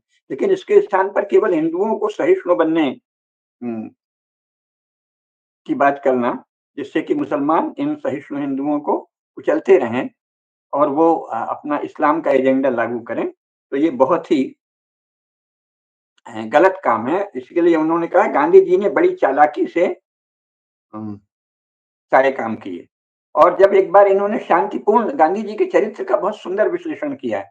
तो जब एक बार आप्टे और नाथूराम गोडसे गांधी जी की प्रार्थना सभा में कह रहे थे कि भाई आप केवल कुरान पढ़ते हो और कुरान में जो हिंदू विरुद्ध माने गैर इस्लाम के विरुद्ध जो हत्या करने, लूटने, अत्याचार करने के अंश हैं, उनको भी बताओ, जानकारी दो। ये कहने के लिए इन्होंने जब वो एक दिल्ली में एक जगह शिविर चला रहे थे, तो इन्होंने वहाँ कोशिश की कि हम वहाँ एक जुलूस निकालें कि आप इतना, क्योंकि उसी समय सुहरावर्दी वहाँ डायरेक्ट एक्शन कर रहा था, हत्याएँ कर रहा था। तो इन्होंने कहा कि गांधी जी ने चालाकी से पहरेदारों द्वारा पहरा दिए जाने के बाद गेट के पीछे शरण ली। यानी ये दिखाने की कोशिश की, ये इनका कहना है कि गांधी जी बहुत चालाकी और छल करते थे और गांधी जी ने, जबकि उन्हें अच्छी तरह पता था कि हम केवल शांतिपूर्ण प्रदर्शन करेंगे, उन्होंने ये प्रचारित करने की कोशिश की कि देखो मेरी हत्या के लिए एक आए हैं लोग। तो ये क्या है? ये मुसलमानों के पक्ष में और हिंदुओं के विरुद्ध वातावरण बनाने की गांधी जी की कोशिश थी। तो गांधी जी ने चालाकी से फाटकों के पीछे पहरेदारों की शरण ली, जबकि बल का प्रयोग करने का हमारा कोई उद्देश्य नहीं था। गांधी जी ने ये आभास दिया कि मानो हम बलपूर्वक उन्हें कोई नुकसान पहुंचाना चाहते हैं। तो ये गांधी जी के व्यक्तित्व का विश्लेषण किया है। और वीर सावरकर से बताया ना कि जो वीर सावरकर में भगवती स्वतंत्र थे, भगवती के प्रति जो भाव था उसके कारण जितने उदार हो रहे थे, तो हर व्यक्ति की, यद्यपि वीर सावरकर एक अद्वितीय देशभक्त हैं और वो गांधी जी से बहुत बड़े देशभक्त हैं, ये सारा संसार जानता है। और हम अपने लेखकों में, हम और प्रोफेसर कुसुमलता केडिया जी भी बहुत कई बार लिख चुके हैं कि गांधी जी वीर सावरकर के सामने कुछ भी नहीं है। वीर सावरकर जैसा महान देशभक्त उस अवधि में 20वीं शताब्दी ईस्वी में और कोई नहीं हुआ, उसके पहले बहुत हुए हैं। तो ऐसे महान देशभक्त भी अपनी किसी भावना, बड़े से बड़े महापुरुष एक दौर में अपने ही किसी भाव भाव में या अपने बनाए ही किसी दार्शनिक विचार की परिधि में भी बन जाते हैं। तो उन्होंने बहुत ही उदारता दिखाई कांग्रेस के नेतृत्व वाले शासन को राष्ट्रीय शासन कह के। लेकिन इनको, ये युवक थे, गांधी जी से 41 साल छोटे हैं नाथूराम गोडसे, तो इसलिए वो उनको दिख रहा था। कई बार ऐसा होता है कि जीवन भर जिसने बहुत बड़े, बहुत अच्छे काम किए हैं, वो भी वृद्धावस्था में उसको फिर वो उतना नहीं दिखता, उस समय युवक लोगों को दिखता है, क्योंकि वो उस समय उनके सामने घटते ही घटना होती है। तो युवा नाथूराम विनायक गोडसे को वो दिख रहा था, जो वीर सावरकर भावना के कारण नहीं देख पा रहे थे। जबकि वीर सावरकर प्रचंडतम बौद्धिक, महान कवि, महान विचारक, महान राष्ट्रभक्त, महान पुरुषार्थी वीर थे। लेकिन उस समय वो उदारता के थे, के कह सकते हैं उदारता के भाव से भरे हुए थे। और इनको दिख रहा था कि ये जो कांग्रेस कर रही है, ये तो बहुत ही नाश कर देगी, है ना? और उनकी बात सही निकली, क्योंकि इसके तुरंत बाद पंजाब और भारत के अन्य हिस्सों में मुस्लिम कट्टरता का भयानक विस्फोट हुआ। कांग्रेस सरकार ने बिहार, कलकत्ता और पंजाब आदि सभी जगह मुस्लिम ताकतों का विरोध करने वाले जो भी हिंदू कोई उभरते भी थे, उनका दमन करती, उन पर लाठियां गोलियां चलाती और जो बच रहे थे उन पर मुकदमा चलाती, गोलियां चलाती। तो इस प्रकार उनको लगे कि देखो वीर सावरकर की उदारता भी सही नहीं लग रही है। वस्तुतः ये कांग्रेस गांधी जी के नेतृत्व में हिंदू विरोध के लिए न केवल विचार व्यक्त कर रही है, बल्कि व्यवहार में हिंदू विरोध का आचरण कर रही है और मजहबी उग्रवाद का, आतंकवाद का, हत्याओं का, बलात्कार का, व्यभिचार का, खूनी कारनामों का, हत्याकांडों का पक्ष ले रही है। तो इसलिए इनकी बात सही सिद्ध हो रही है। और हिंदू महासभा ने उस समय कांग्रेस सरकार के समारोहों का बहिष्कार शुरू किया, यद्यपि वीर सावरकर इसके पक्ष में नहीं थे। और फिर इसके बाद इन्होंने बहुत और भी विस्तार से कहा है कि वीर सावरकर ने जब भगवा झंडा के साथ वो कांग्रेस के द्वारा जो राष्ट्रीय झंडा घोषित कर दिया था, उसे फहराया फहराया गया तो मुझे बहुत बुरा लगा, क्योंकि हम तो जानते थे कि ये राष्ट्रीय ध्वज नहीं है, ये तो कांग्रेस पार्टी ने एक नया झंडा बनाया है और हिंदुओं का तो सनातन ध्वज भगवा ध्वज है, वही राष्ट्रीय ध्वज है जो अनादिकाल से स्वयं महाभारत में वही था। छत्रपति शिवाजी महाराज, महाराणा प्रताप सभी केसरिया ध्वज, भगवा ध्वज ही फहराते थे। तो इनको लगा स्वयं वीर सावरकर भगवा ध्वज के पक्ष में थे और अब अचानक अपने उदारता के आवेश में, आवेग में, भाव में उन्होंने तिरंगा झंडा भी फहराया। तो आप इनको नाथूराम गोडसे को और आपटे को ये बहुत बुरा लगा। तो ये बता रहे हैं कैसे ये अपनी स्वतंत्र बुद्धि से ही चलते थे और बहुत बड़े बौद्धिक थे। जब इन्होंने देखा कि हिंदू महासभा के बहुत से नेता गांधी जी या कांग्रेस के प्रभाव में हो गए हैं, तो ये उनसे भी अपनी दूरी इन्होंने बना ली और फिर इन्होंने सोचा कि ठीक है, अभी हमारे पास बहुत बड़ी शक्ति तो नहीं है, लेकिन हम शांतिपूर्ण प्रदर्शन करेंगे और गांधी जी की सभाओं में हम लोग पहुंचा करेंगे, जहां कहेंगे कि भाई हमारा भी पक्ष सुनो और ये आप जो कर रहे हैं वो बहुत ही एकांगी और असंतुलित है। तो प्रार्थना सभाओं में जाकर हमको अपने बात उठानी चाहिए, लेकिन इसकी बहुत तेजी से निंदा गांधी जी और उनके सहयोगी करते और इन लोगों को उपद्रवी, विप्लवी आदि बताते थे। ये इन्होंने बड़े विस्तार से बताया है और मुख्य बात ये है कि गांधी जी की नीतियों में जो पोल थी, इसको बहुत ही विस्तार से गांधी जी की नीतियों की खुली पोल नामक भाग 2 में इन्होंने अच्छे से बताया है। इन्होंने बताया है कि हम लोग तो ये तो हम सब भी जानते हैं कि हिंदू और मुसलमान अब सदियों के इतिहास के कारण न तो भगाए जा सकते हैं और ना ही उनसे कोई उनको भगाया जा सकता, लेकिन हमारा प्रयास कुल ये है कि भाई वो यहाँ अपने को शासक मानकर आकाओं की तरह नहीं रहें, अपनी न चलाएं कि हमारा इस्लाम चलेगा, कुरान चलेगा, हम हिंदुओं को काफिर कहेंगे, हम हिंदुओं को बात-बात में दबाएंगे, ये नहीं चलना चाहिए। बस इतनी सी इनकी इच्छा थी। ये नहीं कहते थे कि नहीं मुसलमानों को कोई मार भगाना है, ये कभी नहीं कहा। इनका कहना था भाई मुसलमान वैसे ही रहें जैसे हिंदू रहते हैं, लेकिन अपना विशेषाधिकार माने और सिर्फ कुरान चलेगा, सिर्फ शरिया चलेगा और ये हिंदुओं को भी शरिया के अधीन लाएंगे, कुरान के अधीन लाएंगे, तो ये तो बहुत ही पापपूर्ण बात है। इसका विरोध करते थे और अंग्रेजों ने पूरी बेशर्मी से हिंदुओं और मुसलमानों के बीच मतभेदों को अपने लिए इस्तेमाल किया और मतभेदों की खाई को और चौड़ा किया, ये इन्होंने विस्तार से बताया है। अब इन्होंने कहा कि गांधी जी जो हैं वो लगातार ऐसे काम कर रहे हैं जो देश को विघटन की ओर ले जाएं। उसमें जो सबसे महत्वपूर्ण है कि गांधी जी ने क्या किया कि रामचंद्र और भगवान श्री कृष्ण इन दोनों को भी एक तरह से आध्यात्मिक व्याख्या दी, यानी उनका प्रयास रहा कि हम मान लें कि राम रावण युद्ध कोई ऐतिहासिक घटना नहीं है और महाभारत कोई ऐतिहासिक घटना नहीं है। सारा महाभारत हमारे भीतर ही हो रहा है और राम रावण युद्ध हमारे भीतर ही हो रहा है। ऐसी लफाजी से हिंदुओं के इतिहास को धूमिल करने का काम, जो भगवान के अवतार हैं बात हिंदुओं में हुए हैं, जो भारतवर्ष में ही केवल होते हैं, उनको लीपापोती करने, धूमिल करने, उनकी उनकी इस विराट छवि को, इस जो हिंदुओं के मन में बसी हुई है, जन जन के मन में बसी हुई है, उसको मिटाने की कोशिश गांधी जी ने की, जो बहुत बड़ा धर्मद्रोह है, ये स्पष्ट है। यानी ये कहना कि राम रावण युद्ध भीतर ही हो रहा है और महाभारत भीतर ही हो रहा है और कोई राम रावण युद्ध कभी इतिहास में घटित हुआ या नहीं पता नहीं, और कृष्ण कौरवों और पांडवों में कोई युद्ध हुआ था इसका कोई प्रमाण नहीं। इस तरह की बातें करना तो नास्तिकता है और धर्मद्रोह है। फिर इन्होंने कहा कि गांधी जी ने छत्रपति शिवाजी महाराज, महाराणा प्रताप और गुरु गोविंद सिंह की भी निंदा की और उन्हें गुमराह देशभक्त कहा। इससे मेरा खून खौल गया, जो कि बिल्कुल स्वाभाविक है।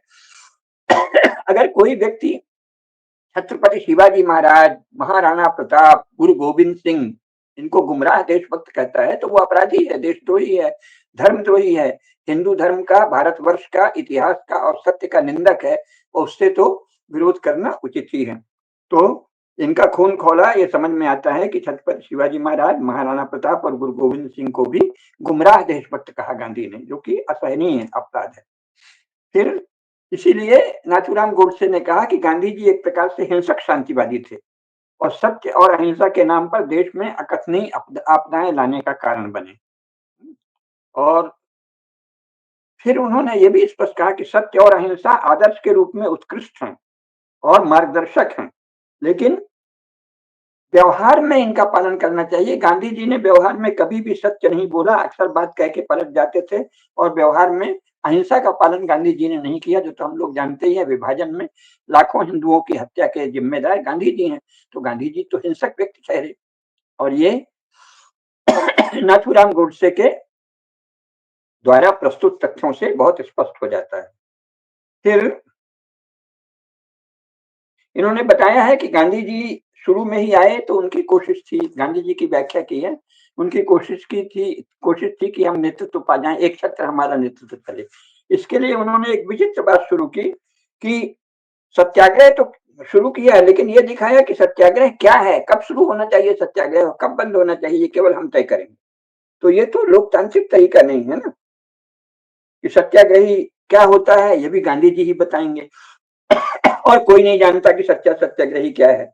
इसका मतलब सत्याग्रह उन्होंने अपना व्यक्तिगत प्रभुत्व स्थापित करने की एक चाल के रूप में उटपटांग बात बोली, है ना। इसका जो सहज रूप से शांतिपूर्ण विरोध तो लोकमान्य तिलक के समय सबसे बड़ा सत्याग्रह होता था, लेकिन इन्होंने सत्याग्रह को भी अपना एक अपनी प्रतिष्ठा और अपने नियंत्रण, राजनीति पर अपने नियंत्रक नेतृत्व का एक हथियार बना लिया सत्याग्रह को। तो ये बहुत अच्छे से इन्होंने बताया है। और फिर इन्होंने व्याख्या की है कि गांधी जी का जो स्वभाव था वो मूर्खतापूर्ण और हठी स्वभाव था, और उन्होंने कहा है कि व्यक्तिपरक और स्वार्थपरक मानसिकता और मूर्खतापूर्ण और हठी स्वभाव बन गया। और ऐसे मूर्खतापूर्ण और हठी स्वभाव वाले व्यक्ति को तपस्वी, उदात्त चरित्र और बहुत ही अनुशासन वाला प्रचारित किया गया। तो उससे क्या हुआ, गांधी जी दुर्जेय और अप्रतिरोध्य बन गए। एक आभा मंडल छा दिया गया गांधी जी के चारों तरफ कि जो भी वो सनक भरा काम करते हैं, झटपन करते हैं और खुलेआम मजहबी उग्रवाद का पक्ष लेते हैं, हिंसक अत्याचारियों, बलात्कारियों, लुटेरों, हत्यारों का पक्ष लेते हैं, उसको एक विचित्र सी आध्यात्मिक आभा, जो कि झूठी आध्यात्मिक आभा थी, उसमें अध्यात्म नहीं है, उसका एक आभा मंडल दे दिया गया कि ये तो कुछ बहुत कोई महात्मा है। फिर उनको तब तक ये नहीं पता था, जो बाद में तथ्य पता चले हैं, कि महात्मा भी अंग्रेजों के आदेश से उनको महात्मा कहा जाता था और अंग्रेज गांधी जी को नियमित रूप से तनख्वाह देते थे इसके लिए कि तुम हमारे लिए काम करो। ये नाथूराम गोडसे को नहीं पता था, तो उन्होंने शुद्ध वैचारिक आधार पर उनका विरोध किया है। और फिर कहा है कि बेहद गैर जिम्मेदारी से किए गए निर्णयों के लिए गांधी जी दोषी हैं, और एक के बाद एक असफलता के बाद असफलता और आपदा के बाद आपदा के दोषी गांधी जी ही। फिर इन्होंने उनके बहुत से दोष गिनाए हैं, जैसे खिलाफत में अंधाधुंध समर्थन करना, इसके बाद मोपला विद्रोह हुआ जिसमें हिंदुओं की हत्याएं की गई, उसमें भी उन्हीं का पक्ष लेना, और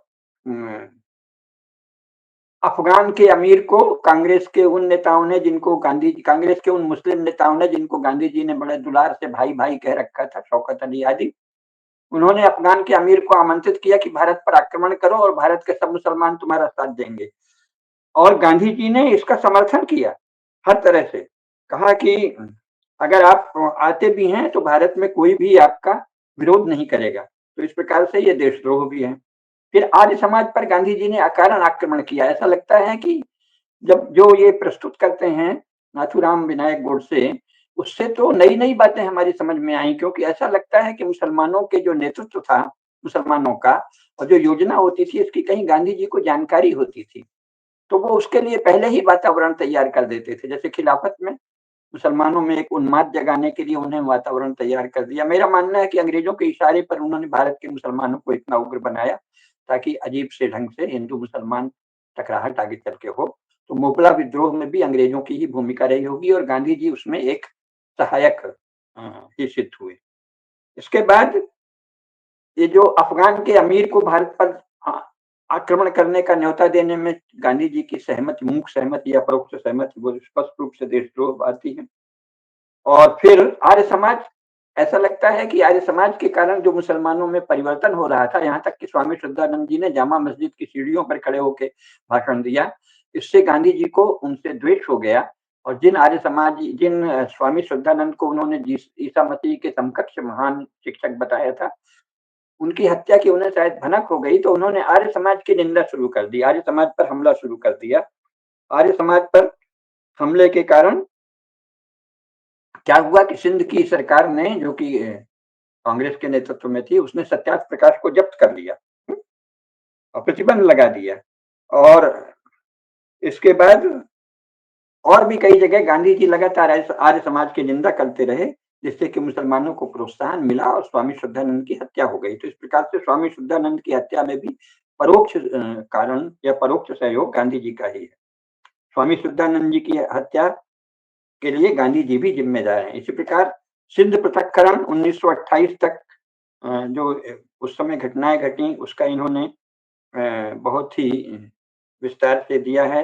फिर ये बताया है कि 1928 से तो लीग जो है, मुस्लिम लीग कांग्रेस से बिल्कुल अलग हो चुकी थी, और 1929 का जो लाहौर अधिवेशन था, उससे स्पष्ट हो गया था कि मुस्लिम लीग की राह अलग है और कांग्रेस की राह अलग है।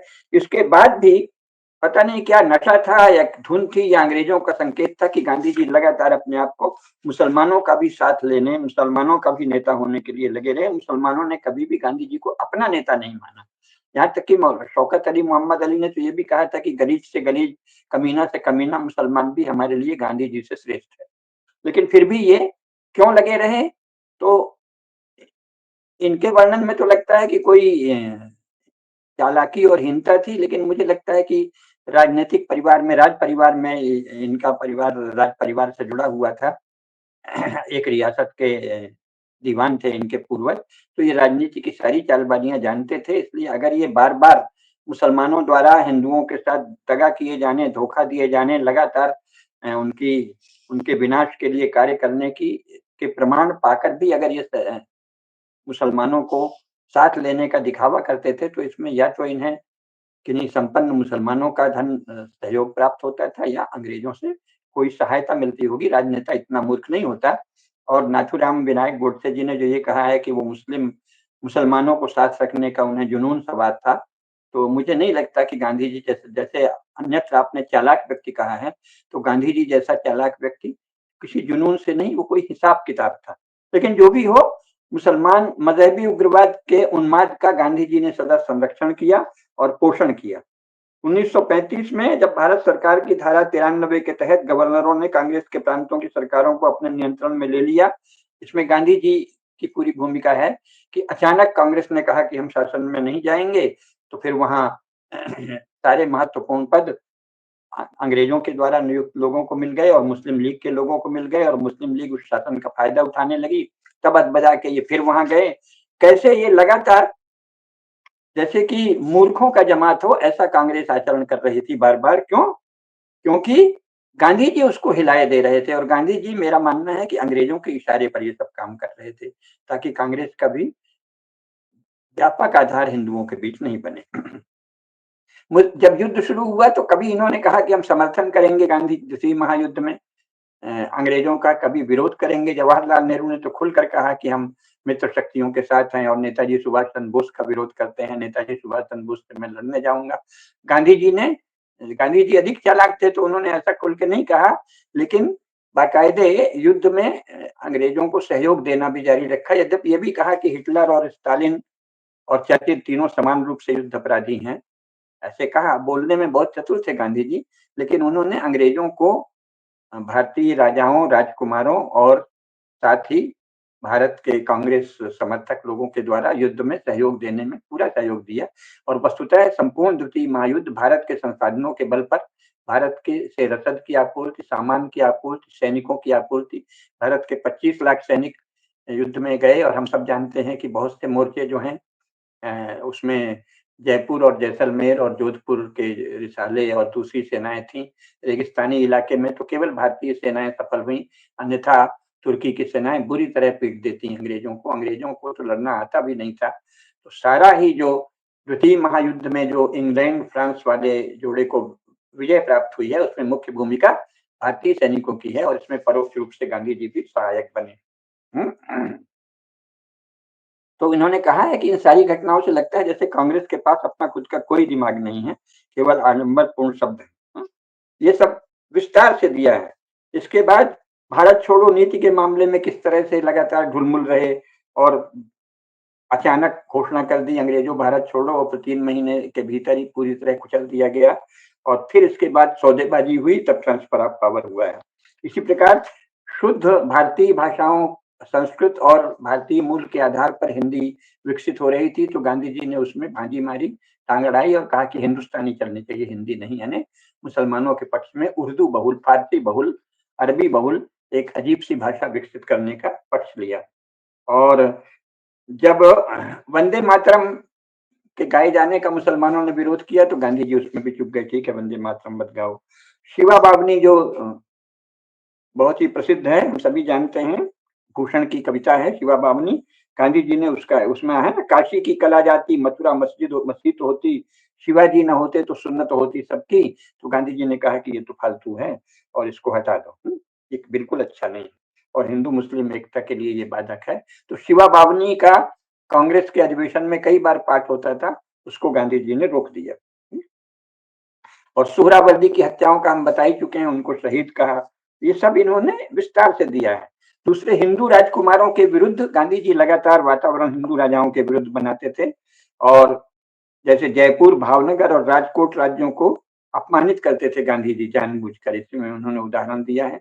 कश्मीर में भी वहां के हिंदू राजा के विरुद्ध मुसलमानों के विद्रोह का समर्थन किया गांधी जी ने और मुस्लिम राज्यों को मजहबी उग्रवाद को फैलाने में उन्होंने काफी परोक्ष सहयोग दिया।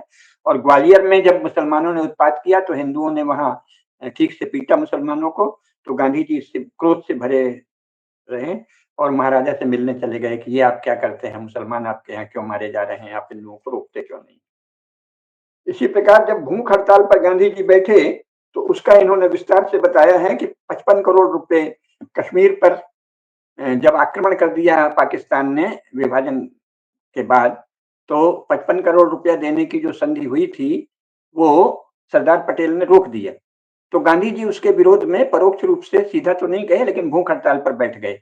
तो इनको लगा कि ये तो अजीब आदमी है और फिर एक गलियारा वो मांग रहे था, पाकिस्तान मांग रहा था गलियारा, पूर्व से पश्चिम, पश्चिम से पूर्व, जो पाकिस्तान दो हिस्से बने थे उसके लिए गलियारा मांग लेता तो सदा के लिए हमारी छाती पर मूंग डलता और ये गांधी जी उसके पक्ष में थे। तो इनको लगा और फिर मस्जिद में जो वहां से मार मार के भगाए गए थे हिंदू, हत्याएं हो रही थी, रेलगाड़ी में लाशें ठुस ठुस कर आ रही थी नई दिल्ली के रेलवे स्टेशन पर और अन्य स्टेशनों पर भी, जो नई दिल्ली में 3-4 जो रेलवे स्टेशन है, विशेषकर पंजाब की तरफ सराय रोहिल्ला आदि में जब रेलवे डिब्बे आने लगे, उनमें लाशें भरी मिलने लगी तो हिंदुओं में आक्रोश फैला। फिर भी जो हिंदू आए थे वो जाके मस्जिदों आदि में रहने लगे, कहाँ जाते, तो गांधी जी ने कहा कि इनको मस्जिदों से भगाओ और हड़ताल में एक ये भी सब थी कि सारे मुसलमानों को मस्जिदों से हटाओ। तो पाकिस्तान के क्षेत्र में जो मंदिर बने थे, धर्मशालाएं बनी थी, बड़े बड़े आर्य समाज के भी मंदिर थे और हिंदुओं के, सिखों के, सबके गुरुद्वारे थे, मंदिर थे, उन सब में तो मुसलमानों ने कब्जा कर लिया।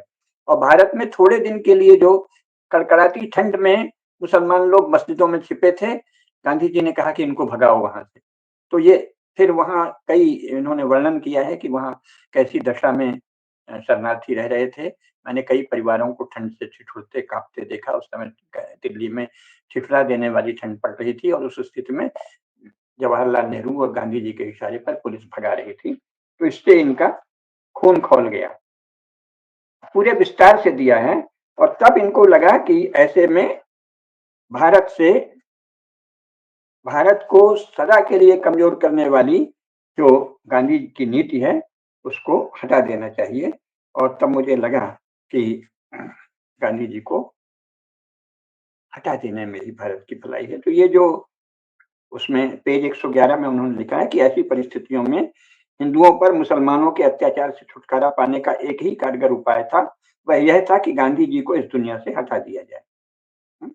और फिर उनसे देवदास गांधी मिलने गए, उनसे उन्होंने कहा कि भाई मुझे बहुत दुख है कि आपके पिता आज नहीं रहे हमारे कारण और व्यक्तिगत रूप से मेरी उनसे कोई शत्रुता नहीं थी, लेकिन क्या करूं। तो उन्होंने कहा भी आपने गांधी जी को क्यों मारा, तो वो बताने वाले थे तो उनको जेल वाले अधिकारी आए और उन्होंने हटा दिया। रामदास गांधी से उनका पत्राचार है, वो भी बहुत महत्वपूर्ण है। मुख्य बात यह है कि पूरा जीवन यानी घटना के दिन से 30 जनवरी 1948 से 21 महीने बीत गए, 655 दिन बीत गए। इन 655 दिनों में नाथूराम गोडसे उतने ही प्रशांत बुद्धि से, उतने ही सजग, लगातार नियमित पूजा, धार्मिक अनुष्ठान आदि करना, गीता पाठ करना और पूरी दिनचर्या व्यवस्थित रूप से करना, जिससे स्पष्ट हो गया कि ये इन्होंने जो किया है बहुत ही शांत बुद्धि से, प्रशांत विवेक से लिया गया निर्णय है। कोई उससे सहमत हो, असहमत हो, ये अलग बात है। यद्यपि इसको पढ़ने के बाद कोई भी उनसे असहमत नहीं होगा, लेकिन मुख्य बात यह है कि ये भावुकता नहीं थी, ये बहुत ही प्रशांत विवेक से एक महान देशभक्त के द्वारा लिया गया निर्णय था। और देश के लिए जब इतने सारे हिंदुओं की हत्या हो रही थी, एक से एक अच्छे परिवार उजड़ रहे थे, बहनों माताओं से बलात्कार हो रहा था, तो एक व्यक्ति को अगर हटा देने का निर्णय किसी देशभक्त ने किया, तो उसमें इतना हाय तौबा मचाने जैसी कोई बात नहीं है। और इससे उनके विवेकपूर्ण निर्णय की का सम्मान करना होगा हम सबको। ऐसे महान देशभक्त जो हैं, उनके जीवन के बारे में भी बताया है कि लगभग तपस्वी जैसा या अत्यंत आत्मसंयमी जीवन उनका था, जेल में भी। और जो उन्होंने कहा कि मेरी अस्थियाँ, जब उनसे कहा गया, उन्होंने वसीयत जो लिखी है, उसका भी वर्णन है, वो सब बहुत ही भावपूर्ण है। तो उन्होंने कहा कि हमारी अस्थियाँ सिंधु नदी में प्रवाहित हों। तो एक कोई आया, उसने पूछा कि साहब, भारत में इतनी पवित्र नदियाँ हैं, तो सिंधु में ही क्यों आपने कहा है? तो उन्होंने मजाक में कहा कि चूँकि वही प्रदूषित नहीं है। उनका इशारा ये था कि गांधी जी की जो हत्या हुई, उसके बाद उनकी अस्थियाँ जगह-जगह प्रवाहित की गईं, भारत की सब नदियों में। सिंधु नदी में भी ये ले जाना चाहते थे। वहाँ के जो गवर्नर आदि थे, उनका प्रयास था कि जो हमारे श्री प्रकाश जी थे, उत्तर प्रदेश के गवर्नर भी हुए, तो उनका प्रयास था कि गांधी जी की अस्थियाँ सिंधु नदी में भी विसर्जित हों, लेकिन पाकिस्तान ने अनुमति नहीं दी। उसी पाकिस्तान ने जिसके निर्माण के लिए, जिसके पोषण के लिए, जिसके खजाने को भरने के लिए गांधी जी ने जान दे दी, उसी पाकिस्तान ने गांधी जी की अस्थियाँ सिंधु नदी में विसर्जित होने से रोक दी। तो इनका कहना था कि वही एक नदी है हमारी पवित्र नदियों में जो प्रदूषित नहीं हुई है, क्योंकि बाकी जगह गांधी जी की अस्थियों की राख से हम प्रदूषित कर दिया गया। हँसते हुए उन्होंने मज़ाक किया और ठहाका लगाया कि भाई, सिंधु नदी में हमारी अस्थियों का, हमारे फूलों का, हमारे अस्थि अवशेषों का, भस्मावशेषों का विसर्जन क्यों किया जाए? क्योंकि सिंधु नदी गांधी जी के अस्थि अवशेषों से प्रदूषित नहीं हो पाई है। ये एक विनोद था, लेकिन साथ ही उनको अखंड भारत का जो उनका अपना स्वप्न था, उसके पक्ष में था। तो इस प्रकार सारी ही घटनाओं से स्पष्ट होता है कि श्री नाथूराम गोडसे अत्यंत प्रशांत विवेक से, अपनी संपूर्ण बुद्धि, बौद्धिक जागरूकता, और उन्होंने कितना अध्ययन किया था ये बताया था, समाजवाद, साम्यवाद, सबका अध्ययन किया था। वीर सावरकर और गांधी जी के लिखित सब चीज़ों को वो पढ़ते थे ताकि ठीक से तुलना कर सकें। लाला लाजपत राय, विपिन चंद्र पाल आदि लोगों का भी जो था, श्री अरविंद, सबके विचारों को पढ़ते थे। स्वामी विवेकानंद के विचार उन्होंने बहुत ध्यान से पढ़े। तो इस प्रकार वो बहुत ही विशद अध्ययन करने वाले, गंभीरता से देश के विषय में चिंतन-मनन करने वाले और सनातन धर्म तथा भारत राष्ट्र की रक्षा के लिए आवश्यक समझकर, बहुत आवश्यक समझकर, बिना किसी उद्वेग के, बिना किसी व्यक्तिगत कोई द्वेष या वैर भाव रखे, उन्होंने एक आवश्यक राजनैतिक और राष्ट्रीय कर्तव्य के रूप में गांधी जी की हत्या की। तो उनसे जो लोग असहमत भी हैं, उन्हें सत्य को तो स्वीकार करना चाहिए कि वो एक महान और प्रशांत बौद्धिक विवेक से कार्य करने वाले बहुत बड़े विचारक, बहुत ही महान राष्ट्रभक्त, बहुत बड़े आत्मसंयमी व्यक्ति थे। जो कुछ उन्होंने किया, वो उनका बुद्धिसम्मत निर्णय था। और बुद्धिसम्मत निर्णय सदा ही अलग-अलग होते हैं। बहुत से लोग उसका कोई दूसरा रास्ता बता सकते हैं, मैं भी बता सकता हूँ, कोई अन्य भी बता सकता है। लेकिन उनका उनके प्रति न्याय ये होगा, ये कहना, ये जानना और ये अच्छी तरह मन में बैठा लेना उनके प्रति न्याय होगा कि उन्होंने जो भी किया है, वो विश्व की परिस्थितियाँ और भारत में गांधी जी और कांग्रेस की भूमिका को देखते हुए, और कांग्रेस जैसे गांधी जी के इशारे पर कहीं से कहीं एकदम अल्टी-पल्टी मार जाती थी, उस सब का विचार करके, और जैसे मानो हिंदुओं के दमन और दलन, विनाश और उन्मूलन के लिए ही गांधी जी कार्य कर रहे हैं और सदा के लिए भारतवर्ष को मुसलमानों के बुरी तरह अधीन कर देने के लिए गांधी जी काम कर रहे हैं। ये देखकर उन्हें गांधी जी को इस धरती से हटा देना आवश्यक लगा, इसलिए उन्होंने किया है। तो उनके प्रयोजन उनके पुरुषार्थ, उनके कार्य का पूरा सम्मान करना चाहिए। और हमें ये भी याद रखना चाहिए कि उन्होंने गांधी जी के प्रति कोई अन ऐसी बातें नहीं कही हैं जो कोई कोई जिन्हें आजकल लोग आवेश में आके अपशब्द बोलने लगते हैं। एक भी शब्द उन्होंने अपशब्द नहीं कहा है, कोई हल्की बात नहीं कही। जो उन्होंने उनके दोष गिनाए हैं वो भी बहुत ही संयमित और व्यवस्थित ढंग से प्रमाण पूर्वक। तो नाथूराम गोडसे के जो सच्चे प्रशंसक हैं उनको भी अपना पक्ष और नाथूराम गोडसे जी का पक्ष इसी प्रकार बलपूर्वक, शांति से, व्यवस्थित ढंग से रखना चाहिए, बिना किसी उद्वेग के, क्योंकि घटना तो घट गई। अब आवेग दिखाना तो अपने भीतर का बेकार का उद्वेग दिखाना है। शांत ढंग से विश्लेषित करते हुए उस महान देशभक्त वीर को श्रद्धांजलि देना चाहिए और इसको किसी आवेग का, किसी अपशब्दों के आदान-प्रदान का कोई निमित्त नहीं बनाना चाहिए, बल्कि इस विषय में भी देश के प्रति मनन, चिंतन गहराई से हो, हिंदू हितों का और मानवता के हित का गहराई से शांत चित्त से विचार किया जाए। मज़हबी उग्रवाद के नाम पर मानवता के लिए जो कलंक जैसा छाया हुआ है, एक उन्माद जो अपने सिवा से सबको नष्ट कर डालने का उन्माद, इतना बड़ा पापाचार, इतना बड़ा अत्याचार, इतना बड़ा राक्षसी उन्माद, उसको नियंत्रित करने के विचार करने के उपायों के विषय में शांत चित्त से विचार करते हुए कदम उठाना प्रत्येक राष्ट्रभक्त का कर्तव्य है। और ऐसा कदम उठाने वाले महान राष्ट्रभक्त, महान बौद्धिक, महान संयमी, आत्मसंयमी व्यक्ति श्री नाथूराम विनायक गोडसे को हम प्रणाम करते हैं। बारंबार प्रणाम। धर्म की जय हो, अधर्म का नाश हो, प्राणियों में सद्भावना हो, विश्व का कल्याण हो। अंत में जब उन्हें मृत्युदंड दिया गया तो उन्होंने जो एक प्रार्थना कही थी, पंक्तियां उनको दोहराएंगे और अंत में उन्होंने कहा वंदे, और उनके साथ जो आपटे थे तब तक पहले उनकी फांसी उनको पहले दी गई तो उन्होंने वंदे कहा, इतने में आपटे को भी दी गई तो इतना समय मिल गया, आपटे जोर से चिल्लाए मातरम, तो वंदे मातरम अंत में कहा। तो आज हम लोग यही करेंगे। उन्होंने जो प्रार्थना की थी वो है, नमस्ते सदा वत्सले मातृभूमे, त्वया हिंदू भूमे सुखम वर्धितोहम, महामंगले पुण्य भूमे त्वदर्थे पतत्वेशकायो नमस्ते नमस्ते, वंदे मातरम। हर हर महादेव।